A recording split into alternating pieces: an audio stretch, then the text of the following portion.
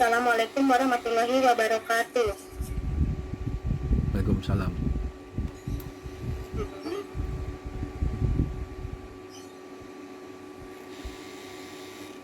Slide-nya bisa ditampilkan, Saras? Iya Pak.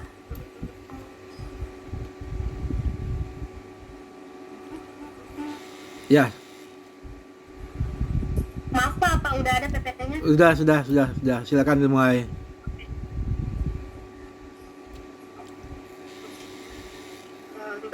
Oke, bismillahirrahmanirrahim. Assalamualaikum warahmatullahi wabarakatuh. Selamat siang. Yang saya hormati Bapak Dr. Rorin Pandai MMMT selaku dosen pembimbing, Bapak Adi Wibowo Nur Fikri Eskom MBA selaku dosen penguji 1 dan Bapak Supardi STMM selaku dosen penguji 2. Saya perkenalkan, saya Maharanita Saraswati ingin mempresentasikan skripsi saya yang berjudul Pengaruh Penerapan Peraturan Kesehatan dan Keselamatan Kerja atau K3 dan Pelatihan Kerja terhadap Kinerja Karyawan pada PT Indonesia Epson Industri.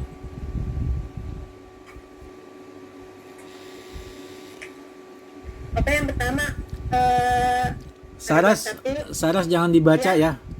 Jangan dibaca. Kenapa, Pak? Jangan dibaca ringkas-ringkasannya aja. Oh iya Pak. Kemajuan teknologi saat ini sangat mendorong perusahaan untuk terus berkembang. Dengan menggunakan teknologi dan alat mesin canggih, maka semakin rentan terjadinya kecelakaan di area kerja. Hal ini mengharuskan perusahaan menerapkan SOP demi kelancaran prosedur kerja. Salah satu peraturan yang termasuk dalam peraturan SOP perusahaan adalah peraturan K3. K3 merupakan kegiatan yang menjamin terciptanya kondisi kerja yang aman dan terhindar dari gangguan fisik dan juga mental. Lalu, perlindungan dan pemenuhan hak atau K3 adalah program pemeliharaan dalam perusahaan untuk melindungi karyawan di lingkungan kerjanya. Faktor pendukung keberhasilan perusahaan yang juga dapat mempengaruhi kinerja karyawan yaitu adalah pelatihan kerja. Pelatihan dalam suatu perusahaan berfungsi untuk meningkatkan kemampuan teknis maupun manajerial agar para karyawan dapat bekerja lebih efektif dan efisien sesuai dengan standar mutu yang direncanakan. Selanjutnya, di sini ada tabel kecelakaan pada PT Indonesia Epson Industri periode tahun 2019 sampai tahun 2020 yang masih tergolong banyak. Kecelakaan ini biasanya terjadi akibat kontak dengan suatu bahan atau zat dan juga kecelakaan akibat adanya potensi bahaya yang melekat pada bagian atau produk tersebut. Hal ini menyebabkan terhambatnya kinerja karyawan menjadi kurang optimal. Lalu pada bab 2 ada pengertian tentang K3. Menurut Sudarmayanti, kesehatan dan keselamatan kerja adalah pengawasan terhadap orang, mesin, material, dan metode yang mencangkup lingkungan kerja agar pekerja tidak mengalami cedera. Lalu di sini terdapat indikator kesehatan dan keselamatan kerja, ada faktor-faktor yang mempengaruhi kesehatan dan keselamatan kerja, dan ada tujuan kesehatan dan keselamatan kerja. Lalu pada X2 terdapat pengertian pelatihan kerja. Pelatihan menurut Shimamura merupakan proses pembelajaran yang melibatkan perolehan keahlian, konsep, peraturan, perilaku, atau sikap untuk meningkatkan kinerja tenaga kerja atau karyawan. Dan berikut adalah ada manfaat, tujuan, dan faktor-faktor yang mempengaruhi pelatihan kerja. Lalu pada variabel Y, di sini ada pengertian tentang kinerja karyawan. Menurut Mangkunegara, definisi kinerja karyawan ialah hasil kerja secara kualitas dan kuantitas yang dicapai oleh seorang karyawan dalam melaksanakan tugasnya sesuai dengan tanggung jawab yang diberikan kepadanya. Lalu pada bab 3 ada metodologi penelitian. Jenis penelitian yang saya lakukan adalah kuantitatif dengan menggunakan teknik pengumpulan data, yaitu dengan skala Likert. Tempat penelitian yang saya lakukan yaitu di PT Indonesia Epson Industri Cikarang Selatan, Bekasi. Lalu di sini ada populasi. Populasi adalah objek yang memiliki kualitas untuk dipelajari kemudian ditarik kesimpulan. Populasi di sini adalah karyawan PT Indonesia Epson Industri, yaitu sebanyak 104 orang. Lalu ada sampel. Sampel adalah jumlah yang dimiliki oleh populasi tersebut. Sampel di sini adalah karyawan PT Indonesia Epson Industri sebanyak 104 orang. Lalu pada bab 3 ada teknik pengumpulan data. Yang saya gunakan yaitu kuesioner menggunakan SPSS versi 24. Lalu di sini ada uji kualitas data, yaitu uji validitas, uji reliabilitas, uji linearitas, dan uji autokorelasi. Pada uji asumsi klasik terdapat uji normalitas, uji multikolinearitas, dan uji heteroskedastisitas. Lalu pada uji hipotesisnya terdapat R2, uji F, dan uji T. Lalu pada bab 4 ada hasil dan pembahasan. Dari hasil uji validitas kesehatan dan keselamatan kerja pada variabel X1 dapat diketahui bahwa nilai R hitung yang didapatkan oleh masing-masing pertanyaan variabel K3 memiliki nilai R hitung yang lebih besar daripada R tabel yang mana memiliki nilai 0,1927, sehingga dapat disimpulkan bahwa 8 bit pertanyaan atau pernyataan yang ada pada variabel K3 dinyatakan valid. Lalu ada hasil dari uji validitas pelatihan kerja variabel X2. Dapat diketahui bahwa nilai R hitung yang didapatkan oleh masing-masing pernyataan variabel pelatihan kerja memiliki nilai R hitung yang lebih besar daripada R tabel yang mana memiliki nilai 0,1927, sehingga dapat disimpulkan bahwa 6 butir pertanyaan atau pernyataan yang ada pada variabel pelatihan kerja dinyatakan valid. Lalu selanjutnya ada hasil uji validitas dari kinerja karyawan atau variabel Y. Dari tabel di atas dapat diketahui bahwa nilai R hitung yang didapatkan oleh masing-masing pertanyaan dan pernyataan variabel kinerja karyawan memiliki nilai R hitung yang lebih besar daripada R tabel yang mana memiliki nilai 0,1927, sehingga dapat disimpulkan bahwa 9 butir pernyataan atau pertanyaan yang ada pada variabel kinerja karyawan dinyatakan valid. Lalu selanjutnya ada hasil dari uji reliabilitas. Pada tabel di atas menunjukkan bahwa nilai alpha Cronbach atas variabel kesehatan dan keselamatan kerja sebesar 0,784, pelatihan kerja sebanyak 0,713, dan kinerja karyawan sebesar 0,790. Dengan demikian dapat disimpulkan bahwa pernyataan dalam kuesioner ini reliabel karena memiliki nilai alpha Cronbach lebih dari 0,60. Lalu selanjutnya ada hasil dari uji linearitas kesehatan dan keselamatan kerja.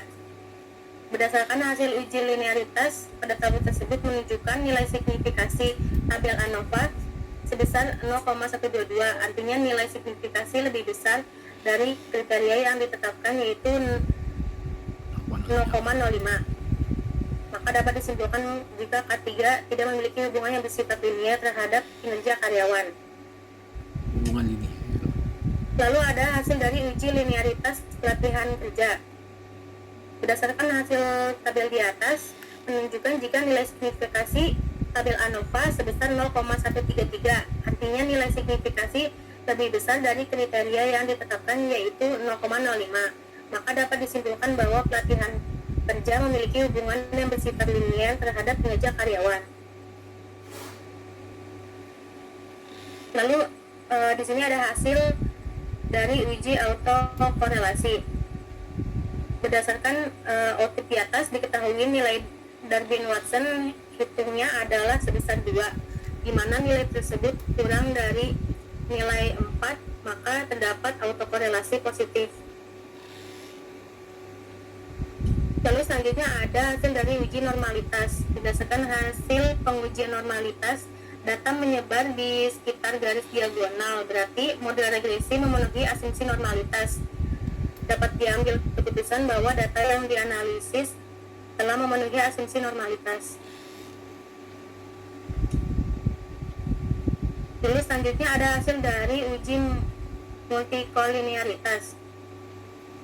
Pada tabel tersebut dapat diketahui nilai tolerance yang diperoleh masing-masing variabel A3 dan pelatihan kerja adalah 0,956 dan nilai FIF sebesar 1,046.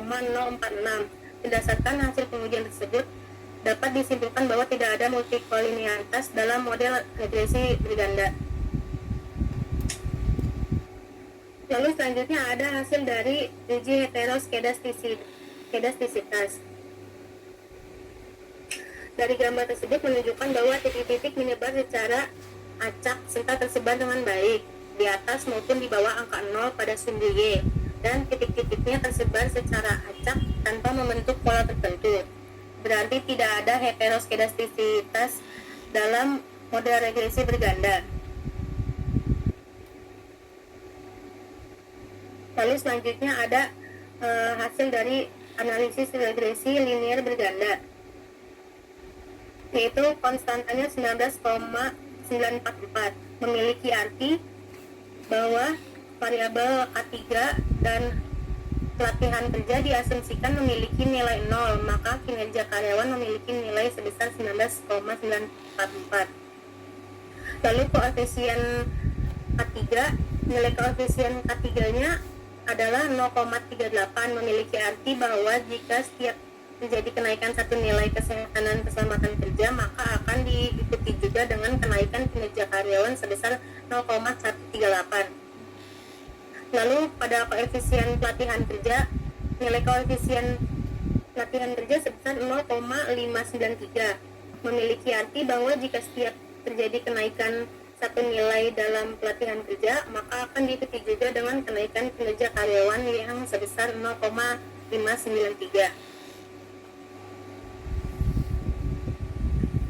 Lalu selanjutnya ada hasil dari uji koefisien determinasi yang diperoleh nilai EJS-R square sebesar 0,145 atau 14,5%. Hal ini berarti bahwa 16,2% variabel kinerja karyawan di PT Indonesia Epson Industri dijelaskan oleh variasi dari kedua variabel independen, yaitu kesehatan dan keselamatan kerja dan pelatihan kerja, sehingga sisanya yaitu 85,5% dijelaskan oleh sebab-sebab lain yang ada di luar variabel pada penelitian ini, seperti variabel disiplin, motivasi, lingkungan kerja, dan lain-lain.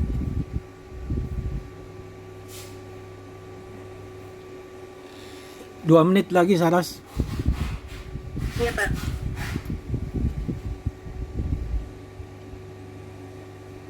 Lalu di sini ada hasil dari uji T. Dapat diketahui untuk variabel kesehatan dan keselamatan kerja diperoleh nilai T hitung sebesar 1,423, yang mana lebih kecil dari T tabelnya, yaitu 1,98373 dengan nilai signifikan 0,000, yang mana lebih kecil dari 0,05. Maka dari itu HO diterima dan HA ditolak, yang berarti bahwa secara parsial keselamatan dan kesehatan kerja tidak berpengaruh signifikan terhadap kinerja karyawan. Kemudian untuk variabel pelatihan kerja diperoleh T hitung sebesar 4,387, yang mana lebih besar dari 1,98373 dengan nilai signifikan 0,000 yang lebih kecil dari 0,05. Maka HO ditolak dan HA diterima, yang berarti bahwa secara parsial pelatihan kerja berpengaruh signifikan terhadap kinerja karyawan. Lalu ada hasil dari uji F. Hasil dari uji F simultan atau secara simultan telah diperoleh F hitung sebesar 9,753, yang mana lebih besar dari F tabelnya, yaitu 3,09. Berdasarkan nilai tersebut, maka didapatkan sebuah kesimpulan bahwa HO ditolak dan HA diterima. Dari hasil uji tersebut juga dapat diketahui bahwa nilai signifikan sebesar 0,000 yang mana lebih kecil dari 0,05. Berdasarkan kedua hal tersebut menunjukkan bahwa secara bersama-sama atau simultan variabel kesehatan dan keselamatan kerja dan pelatihan kerja berpengaruh positif dan signifikan terhadap kinerja karyawan. Lalu di sini ada kesimpulan yang didapat dari penelitian ini yaitu adalah bahwa hasil pengujian secara parsial variabel K3 tidak berpengaruh terhadap kinerja karyawan pada PT Indonesia Epson Industri. Lalu bahwa hasil pengujian secara parsial variabel pelatihan kerja berpengaruh terhadap kinerja karyawan pada PT Indonesia Epson Industri. Jadi berdasarkan kedua hal tersebut menunjukkan bahwa secara bersama-sama atau simultan variabel kesehatan dan keselamatan kerja dan pelatihan kerja berpengaruh positif dan signifikan terhadap kinerja karyawan.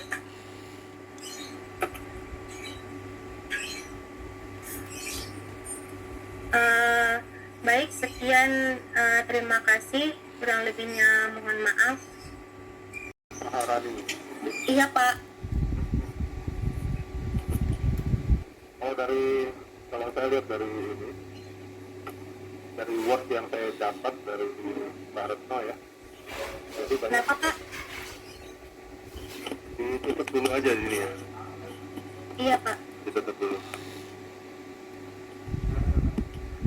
Jadi saya dapat file dari Mbak Retno kaitannya dengan skripsimu. Ya. Banyak yang ya ada beberapa penulisan yang mungkin harusnya masih itu ya, masih harus diperbaiki banyak gitu ya. Iya, sehingga Pak. Sehingga nggak tiba-tiba nodong parori untuk maju gitu ya. Oh iya, Pak. Jadi kayak misalnya lembar pengesahan, pernyataan, abstraknya belum, kemudian ada kerangka pemikiran, terus ada tabel-tabel yang lompat-lompat gitulah ya. Iya, Pak. Oke. Kemudian dari judulmu itu sebenarnya manfaat penelitiannya itu untuk siapa ini nanti?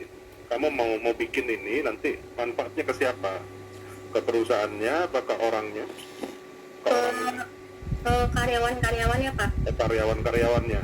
Iya. Nah, kalau ke karyawan-karyawannya nanti konsisten arah arah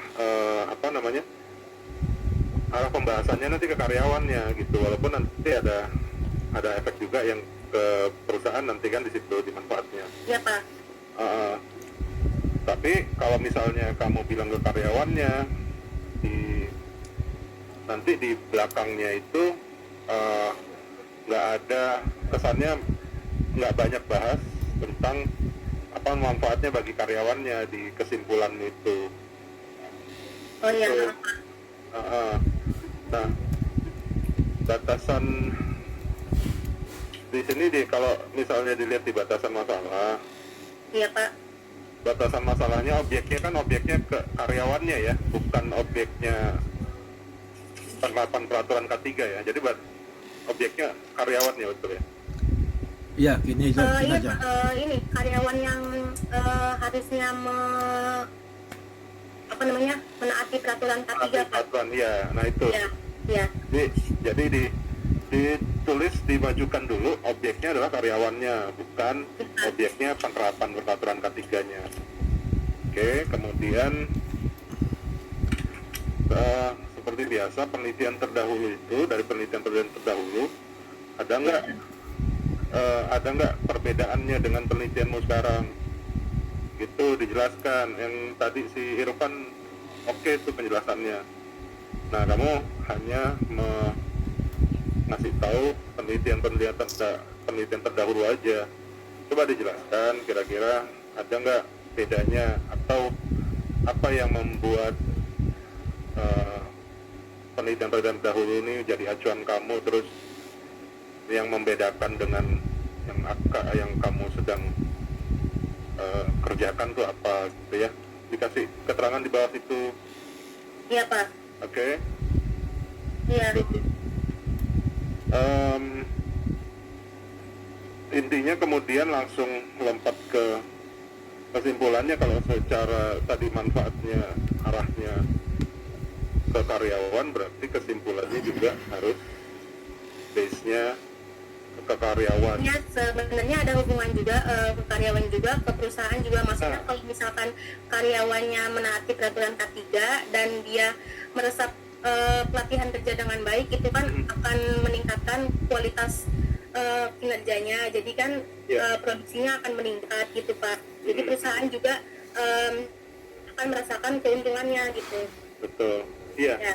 Ini kalau kamu ngomong pelatihan kerja, kan banyak pelatihan kerjanya. Iya Pak. Nah, nanti dijelaskan di implikasinya pelatihan kerja yang kayak apa, gitu kan? Iya. Kalau misalnya, pasti kan kamu tahu lah ini pelatihan kerja yang dimaksud ini apa. Pada Betul, bab kan? 1, maaf Pak, pada bab 1 sudah saya jelaskan di implikasi apa Iya. pelatihan kerjanya apa saja, itu kan sudah saya jelaskan. Di implikasinya tulis lagi berarti Pak. Maksudnya ini, saya harus bisik-bisik nih Bu Hadita, kekencengan Iya, Pak. suara saya sebentar ya. Iya nggak apa-apa. Saya mesti Ya, saya bisik-bisik. dengar Pak. Iya, jadi implikasinya itu harus agak detail ya, Saras. Iya, iya Pak. Saras. baik. Gitu ya, sehingga kesimpulannya nggak hanya memindahkan dari hasil bab 4 Iya, itu ada penjelasan kenapa Iya, Pak. itu secara parsial tidak berpengaruh, kenapa secara parsial berpengaruh, gitu ya. Oh iya Pak. Oke, baik. Demikian Pak Rory. Ya, terima kasih Pak Adi. Selanjutnya Pak Supardi, silakan masukannya atau pertanyaannya. Ke skripsinya ya. Skripsinya Maharani dibuka. Yang dokumen, yang Word. Yang Word-nya dibuka. Saya mau konfirmasi terkait dengan tulisannya Maharani. Oke? Iya Pak. Iya. Yang pertama, Maharani harus konsisten buat yang namanya variabel. Variabel Maharani itu K3 atau peraturan K3?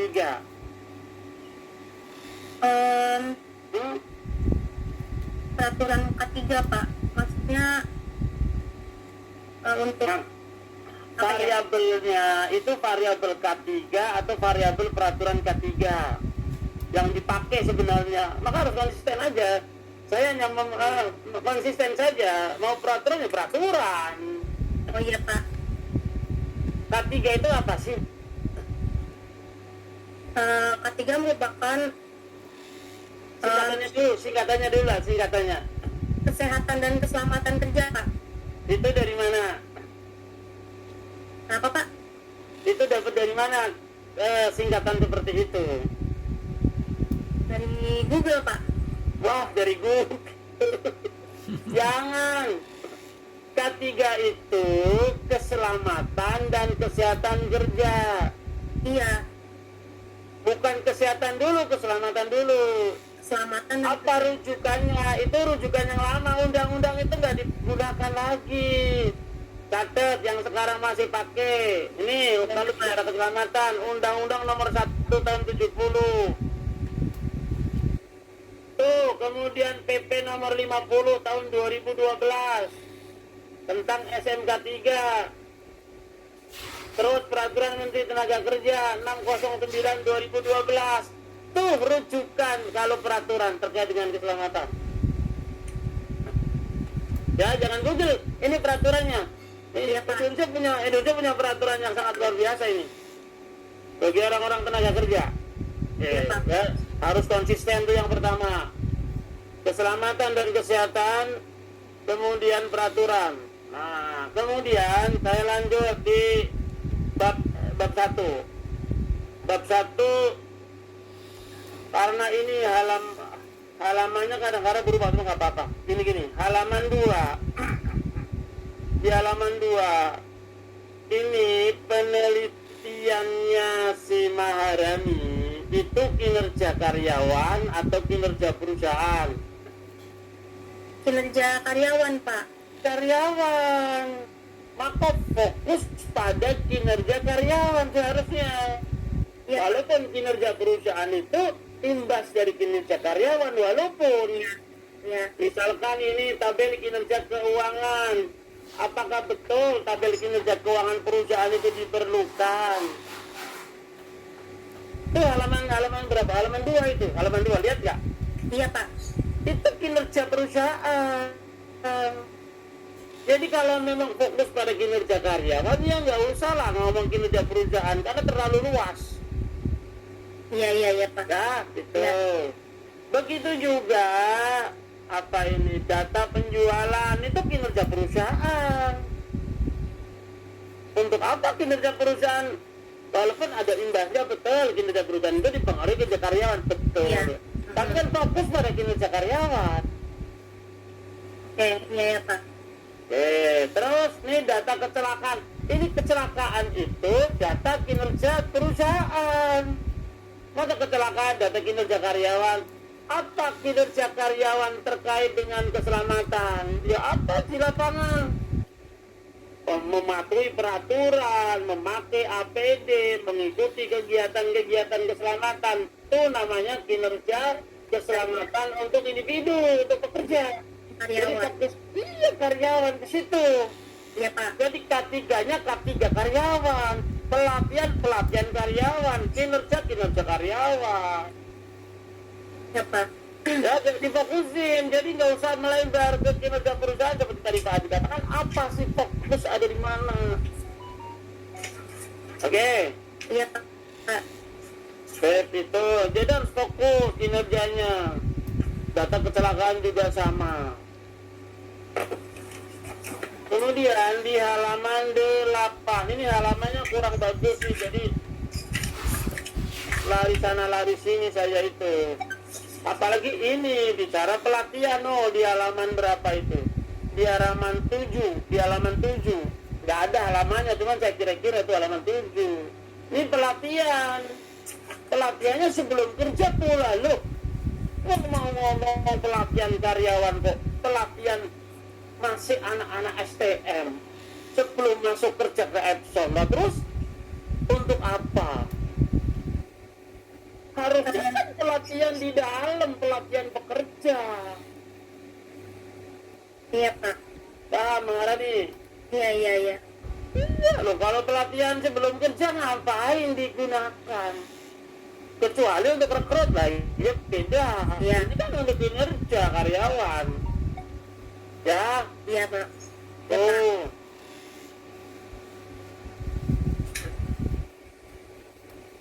Terus apalagi sudah tahu itu di halaman 8.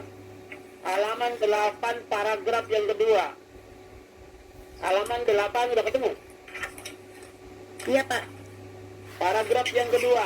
Tuh dibaca itu di atas. Dengan adanya data di atas terlihat bahwa terjadi kecelakaan yang dialami tidak berpengaruh terhadap kinerja. Loh, kenapa? Kalau sudah tahu tidak berpengaruh, ngapain harus diteliti? Kan gitu.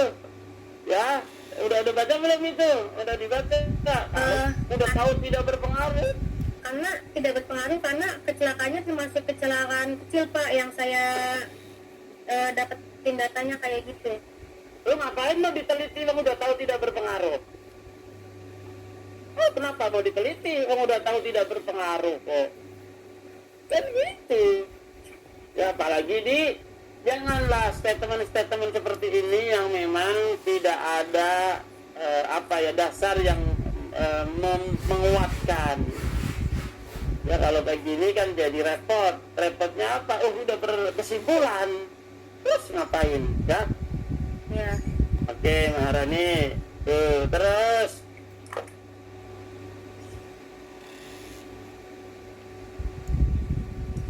Ya, itu halaman 10, halaman 9 ya. Untuk rumusan dan tujuan, tolong konsisten tadi saya katakan ya.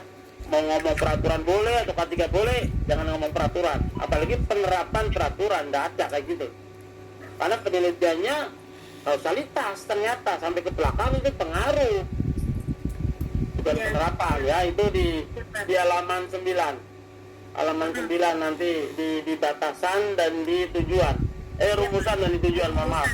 Iya, Pak. Rumusan dan tujuan. Saya nanti udah catetin semua, nanti saya kirim ya, kita kirim. Saya konfirmasi aja. Iya. Konfirmasi. Terus, nah,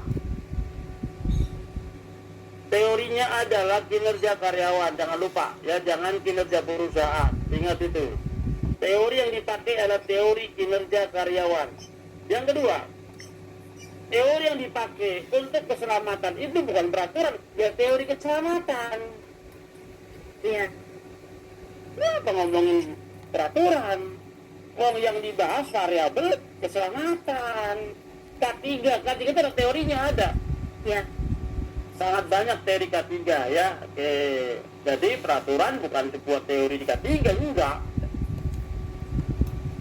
Teori K3 tentang K3 ya tadi ya. Ini aturan-aturan undang-undang boleh, tapi harus pakai undang-undang yang baru lah. Undang-undang nomor 13 juga udah nggak dipakai lagi. Undang-undang nomor 13 2003 udah nggak dipakai lagi. Iya, Pak. Sekarang pakainya undang-undang nomor 11 tahun 2020 tentang cipta kerja. Ada di bab 4, bab 6. Itu bahas ketenaga kerjaan. Kalau mau ngambil dari situ nih ya, saya kasih tahu di babnya di situ. Kemudian setiap indikator, setiap variabel itu kan nggak bisa diukur secara langsung ini. Apa bisa ngukur K3 secara langsung? Enggak, Pak. Harus diteliti dulu. Oh, diteliti dulu, harus diukur. Cara ngukurnya pakai apa? Apa, Pak? Cara ngukurnya pakai apa biar bisa diukur variabel? Dengan menggunakan kuesioner, Pak. Mengambil Kuesioner itu alat ukur. Kuesioner itu namanya alat ukur. Sebelum kita ke alat ukur, yaitu kuesioner, berarti kan harus ngerti apa yang akan diukur. Apa yang akan diukur? Orang badannya panas. Panas itu variabel. Orang ini badannya panas. Panas itu variabel. Bagaimana cara mengukur panas? Apa yang diukur? tubuhnya, Pak. Apa yang diukur? Apa yang tahu panas? Ya badan, ya apa yang diukur? Kalau badan itu apa yang diukur? Suhu, Pak. Suhu. Ya. Alat ukurnya pakai apa? Termometer. Pinter. Itulah sama seperti variabel. Variabel itu contohnya panas. Kan harus diukur ini biar tahu Pak. panas. Tadi Ya. suhu katanya lah. Suhu di sini apa? Alat ukur termometer, kuesioner termometer. Contohnya. Ini sudah nulis, ini ada apa ini? Ada nulis, itu namanya ada yang menulis indikator, ada yang menulis dimensi. Itulah yang akan diukur. Itu suhunya namanya. Paham? Iya, Pak. Ada ditulis untuk variabel K3 pada penelitian ini akan diukur. Ini di halaman, saya tulis di halaman 32. Halaman 32 buka sebelum pelatihan kerja, sebelum variabel pelatihan kerja. Halaman 32 sebelum variabel pelatihan kerja ditulis pada penelitian ini kan gitu. Variabel K3 akan diukur dengan indikator apa? A, B, C, D. Sesuai atau disitasi dari mana. Karena ini nanti akan sampai ke pembahasan, mundur terus. Kita akan dipakai. Sudah kelihatan itu halaman 32. Sudah kelihatan. Sebelum 23, Pak. pelatihan, ya 32. Ya. Berapa? Sebelum Anda menulis 2.4, tahu lihat kan 2.4 kan? Pelatihan kerja, ada tulisan di situ. Iya.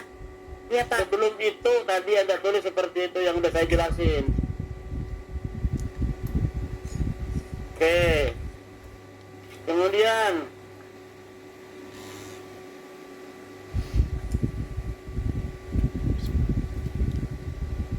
di halaman 42 ada kan 42. Udah ya.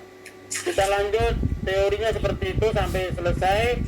Di halaman 42 nanti tulis ya apa persamaan perbedaan penelitian terdahulu dengan penelitiannya Maharani. Mana tabel itu? Ada tabel itu. Iya Pak. Di bawahnya tabel kan perlu dijelasin apa sih persamaan dengan penelitian terdahulu, apa sih perbedaannya. Masa sama doang? Harus beda dong. Apa perbedaannya? Oke, kerangka pemikiran juga dibenerin, konsisten.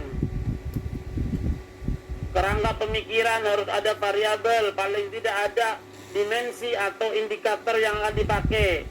Dan jangan lupa sumbernya dari mana. Itu untuk halaman 42 yang paling bawah. Udah ketemu? Iya Pak. Oke. Ya. Kerangka pemikiran nanti itu tadi sudah. Kemudian hipotesis. Hipotesis itu harus dijelasin. Nggak ada. H01 itu nggak ada. H02 itu nggak ada. Nemu dari mana? Nemu dari mana itu halaman berapa itu? 43. H01, H02 nggak ada. Ada H0, ada HA, H alternatif. Atau ada yang menulis H1 silakan. H0 itu ya H0, ada yang H0 itu istilahnya H0 lah, jadi tidak berpengaruh. Awalnya itu tidak berpengaruh. Begitu, jadi H0-nya apa, H-nya apa. Bagaimana menentukannya? Gitu ya. Oh ini belum, sorry belum. Ini hanya hipotesis saja. H1 apa, H2 apa, H3 apa, hanya itu aja. Ya. Jadi hipotesis di bab 2 itu hanya ngomong apa hipotesis yang akan dilakukan atau yang akan dihipotesiskan. Iya Pak. Baru nanti di bab 3 itu ngomong hipotesis yang tadi saya katakan. HO bagaimana, HA bagaimana kriterianya menentukan, kan gitu. Semuanya nggak ada di sini. Ya, semuanya nggak ada. Kemudian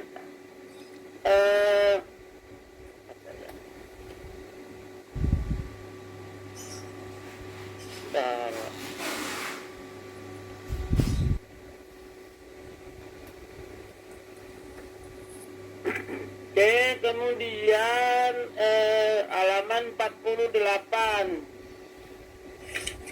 Halaman 48. Itu kenapa skalanya pakai ordinal, betulkah skala pakai ordinal di operasional variabel? Tabel 3.1 Anda buka halaman 48. Iya Pak, udah.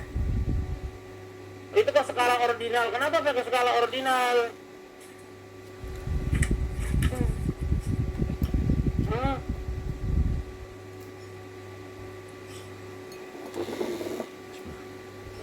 Kenapa harus pakai skala ordinal? Dan harus konsisten.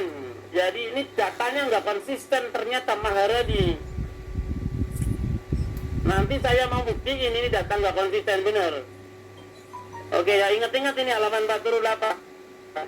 Iya Pak. K3 itu butirnya 1 sampai 10. X2 itu 11 sampai 19. Nanti buktikan di data. Bener enggak? Kayak gini. Bener enggak? Kan gitu. Saya ragu. Ini yakin bisa copy paste di datanya. Hasilnya nanti. Coba nanti perhatikan ya. Ini catat aja. Halaman 48 dicatat. Kemudian lanjut halaman 4950. Populasinya ada berapa? Populasinya 1/4 Pak. Itu karyawan Epson semua. Iya Pak. Oke, itu bagian apa? Divisi apa? Produksi. Iya. Oke, kemudian 140. Kenapa disampel? 1/4 Pak. Oh ini populasi 140 kok 104. Itu lihat di halaman 549, halaman 49, dibaca dulu. Ada berapa populasi? Enggak Pak, itu saya salah tulis, maksudnya 104 Pak, kebalik. Oke, 104. Iya. Terus ngapain di sampel? Di sampel malah jadi 104 loh. Terus gimana? Enggak Pak, jadi saya emang menyediakannya 104. Jadi saya ngebagi kuesionernya karyawan absennya kan Pak, ya itu balik semua Pak. Bukan, baca di halaman 49 dulu, dibaca halaman 49 metode pengambilan sampel. Baca dulu 3.6. Udah ketemu belum? Udah Pak. Itu kan ada nulis populasi penelitian, ada berapa? Iya 140 Pak. Nah iya, 140 atau 104? 104. Populasinya berapa? 104 Pak. Populasinya. 140. Terus populasi bener nggak 140? 104 atau 140? 104 Pak, saya salah tulis. Nah terus sampelnya berapa? Jadi saya menyebar lalu tapi baliknya semuanya Pak. Bukan, belum ngomongin nyebar kuesioner, belum. Ini baru ngomong populasi. Tahu nggak populasi itu apa? Jumlahnya Pak, Jumlah apa? jumlah total karyawan Berapa? 140. Bener nggak 140? Saya hanya konfirmasi saja. Kan yang kerja, yang neliti kan Maharani, bukan saya. Sebenarnya karyawannya lebih banyak dari itu, cuman yang saya pakai itu cuman yang di bagian tertentu Pak. Nah itu totalnya ada 104 karyawan.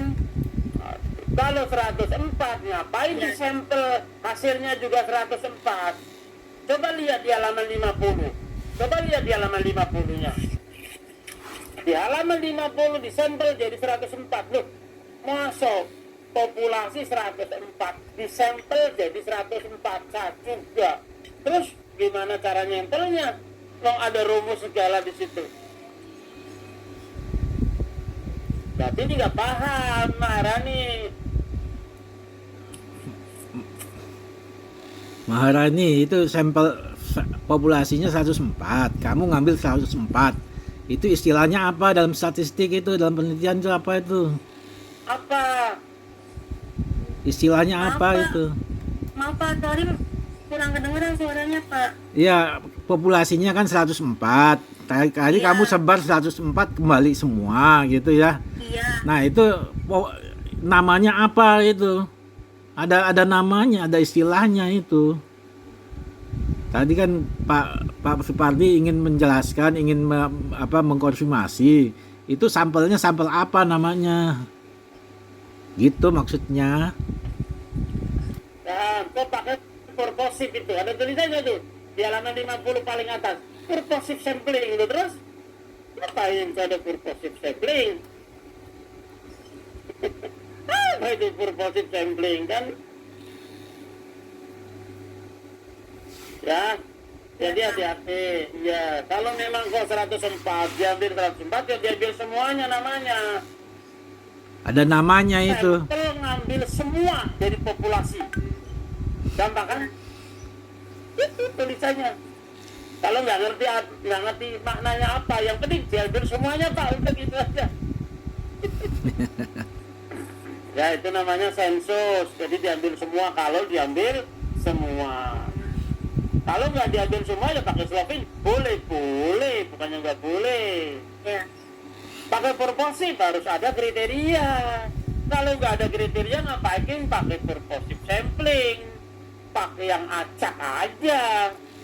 Semuanya karyawan kok dianggap sama, punya kriteria.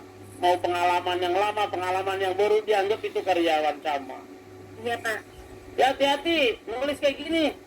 Kalau nanti nggak hati-hati bahaya. Oke. Kemudian ya nanti saya email ya komen-komen saya, udah saya tulisin di sini. Oh iya Pak. Begitu juga untuk ini, misalkan kok di apa itu halamannya ya, sama lah seperti yang tadi juga, ada dasar penentuannya juga jelas. Ketika kalau kita ngomongin uji validitas penentuan ini bagaimana, dasarnya apa ya, itu seperti di halaman 52 ada menentukan uji validitas R hitung positif atau lebih besar daripada R tabel. Itu dari mana dikatakan valid, kata siapa, lah itu penting biar kita bisa melakukan sebuah kesimpulan. Uji reliabilitas sama, ya kan? Autokorelasi juga sama, linear juga sama. Autokorelasi dan linear itu uji asumsi klasik, jangan dipisah-pisah. Jadi kan pecah-pecah, no. Gabung sana, gabung sini, berarti nggak konsisten. Itulah perlu konsistensi. Uji normalitas pakai apa, kan gitu. Kalau mau korup, nanti harus gitu. Oke. Sama halaman 50 tadi sampai halaman 56 ya, dibenerin terkait dengan kriteria penentuan. Oke, uji kriterianya apa. Kemudian di halaman di halaman 64 nih, halaman 64 udah ketemu halaman 64? Ya udah Pak. Oke, tabel 4.6 udah ketemu, tabel 4.6. Iya Pak. Tabel apa itu? Tabel uji validitas K3 Pak. Oke, ada 8 pernyataan. Iya.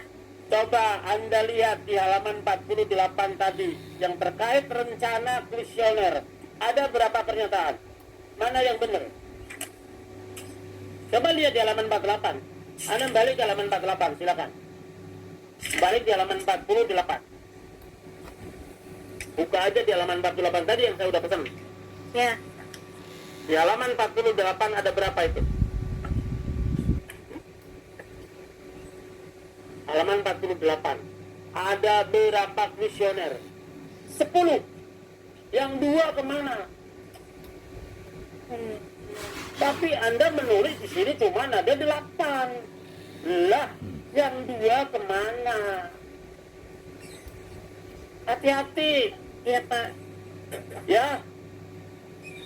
Pak, yang 2 out jelek Pak, dibuang, tulis. Bukannya nggak boleh, boleh. Tapi harus ada keterangannya. Begitu juga pelatihan. Coba cek lagi ya. Pokoknya cek di halaman 48. Enggak, Iya. 5. Di sini 5. 6. Iya Pak. Ini yakin copy paste, yakin lah. Makanya hati-hati Maharani. Ya. Hati-hati.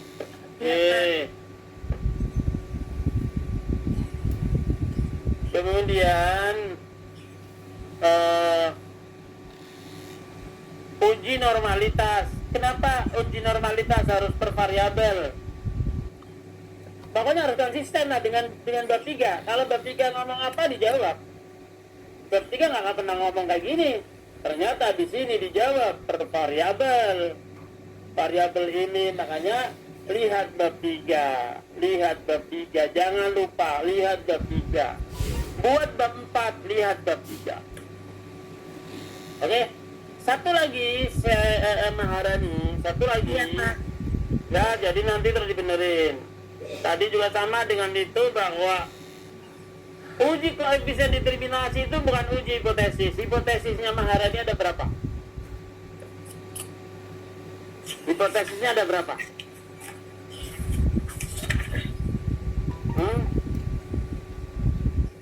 Ada berapa hipotesisnya? Yang ini Pak. Hipotesisnya ada berapa?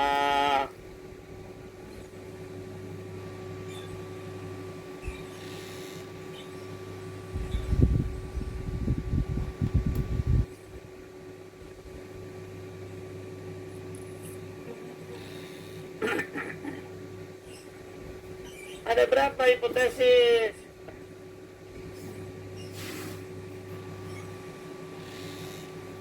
Ya, hipotesisnya sendiri aja lupa. Ada berapa? Ada 3 punyamu. 3 atau 4? Maaf, ada 3 Pak. Iya. Oh, imputasinya lupa, jangan lupa. Lihat dari HP Pak, maaf saya. Ini baru ujian online. Kalau ketemu gimana ujiannya? Ya gini juga. Sholat duhur, Pak.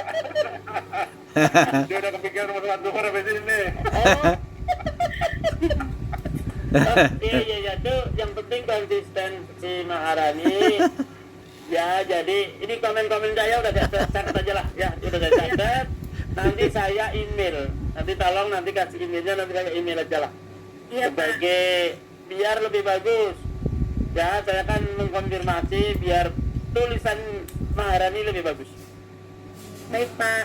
Ya, gitu. Saya nggak nanya apa-apa kan, pengertian apa nggak pernah kan? Iya Pak. Tapi mengkonfirmasi. Jadi makanya pesan saya adalah hati-hati di dalam menulis, dan gitu aja.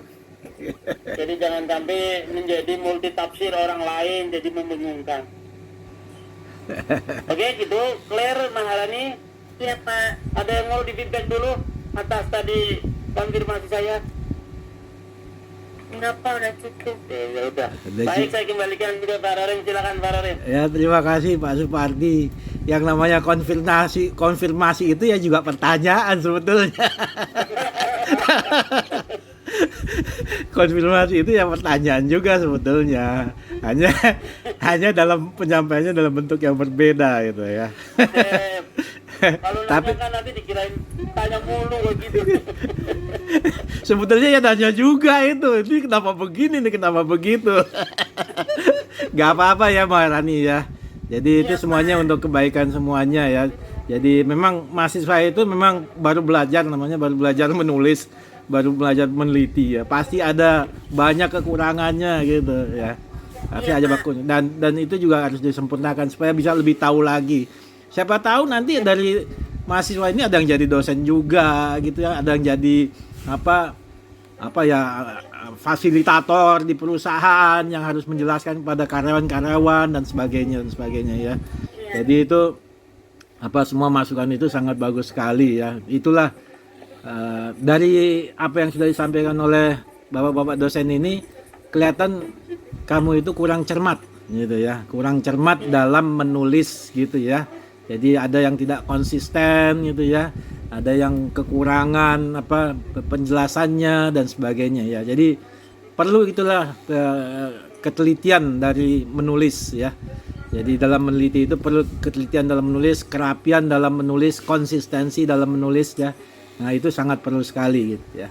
Supaya yang membaca itu tidak bingung gitu.